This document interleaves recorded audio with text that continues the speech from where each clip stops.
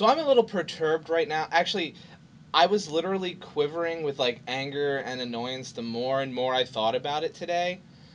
And it's been known about for a while, but it wasn't until the day actually happened and like things were going down that I really realized how annoyed and angered I was by it. So, a little backstory. For those of you who don't know, the gentleman on my shirt, his name is Hank Green, and he's one half of a YouTube channel called Vlog Brothers. And they have this whole community around them called Nerdfighteria. And I am a proud, proud member. And today is Hank's birthday. Today is also the holiday called Cinco de Mayo.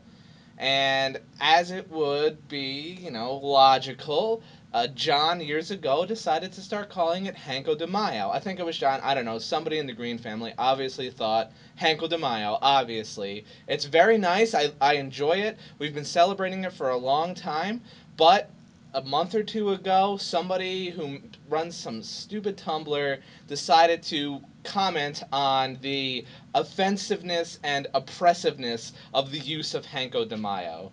That it oppresses an entire people for making light of their serious holiday. And while that is what it is, people can be offended. My problem here is that because of that, John said that he's not going to use the phrase anymore. I mean, there was more arguments that went into it, but that's basically the end result, and that seriously pisses me off. How could you guys actually let just a group of people who are offended by something you say dictate what you guys do? You guys are awesome, and you have a huge fan base of people who absolutely love you.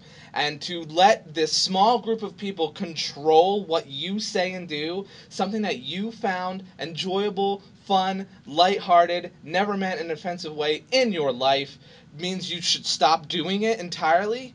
Okay, so let's go down. We have the Nerdfighteria call sign, which is this.